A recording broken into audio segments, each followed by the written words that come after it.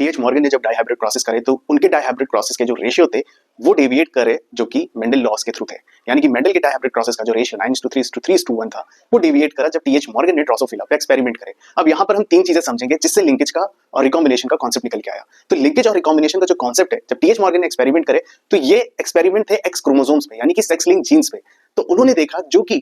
अगर कोई दो जीन्स किसी सेम नंबर ऑफ क्रोमोसोम पे प्रेजेंट है और उनका एसोसिएशन आपस में बहुत क्लोज है, दूर नहीं है, तो वो पैरेंटल कॉम्बिनेशंस देते गए थ्रू द प्रोजेनीज, राइट। लेकिन जब उन्होंने देखा ये जो क्रोमोसोम सेगमेंट्स हैं या जीन्स प्रेजेंट है किसी भी पर्टिकुलर ट्रेट के, उनके बीच में डिस्टेंस है, तो वो नॉन पैरेंटल कॉम्बिनेशंस फॉर्म कर रहे थे और उन नॉन पैरेंटल कॉम्बिनेशंस को बोला गया रिकॉम्बिनेंट्स, राइट। तो यहाँ पे सिंपल सी बात है कि टीएच मॉर्गन के जो एक्सपेरिमेंट ड्रोसोफिला पे थे, तो उन्होंने देखा कि यहाँ पे या तो पैरेंटल कॉम्बिनेशंस बन रहे हैं जिसको लिंकेज बोला गया बिकॉज सेम क्रोमोसोम्स पे क्लोजली एसोसिएशंस की वजह से जीन्स का, और जब ये एसोसिएशन क्लोज नहीं है और फार अवे है, डिस्टेंट है, तो ये बोला गया रिकॉम्बिनेंट या रिकॉम्बिनेशन।